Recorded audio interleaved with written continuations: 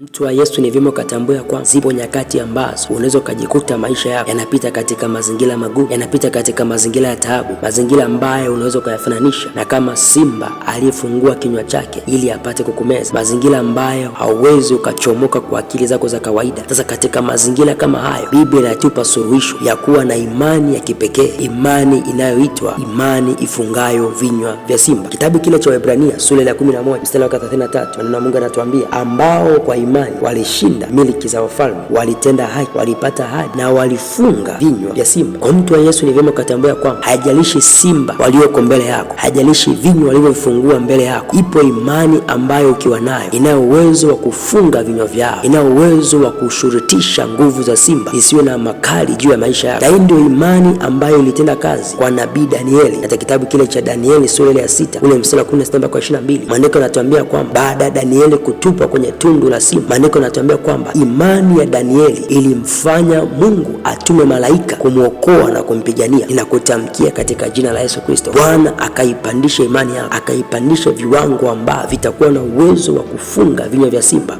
Kila simba aliyegeuka pande wako, kila simba aliyetanua kinywa chake kukumeza, yawezekana ni magonjwa, yawezekana ni umaskini, yawezekana ni taabu, yawezekana ni shida fulani, ninatamka kama mtumishi wa Mungu aliye hai, Bwana akaipandisha imani yako, imani yako ikawe upgraded, imani yako ikawe transform, ikawe ni imani ambayo itakuwa na uwezo wa kufunga na kunyamazisha makali ya simba kwenye maisha yako. Kadusa tarabashando robo sataria kara, katika jina na katika damu ya Yesu, amen.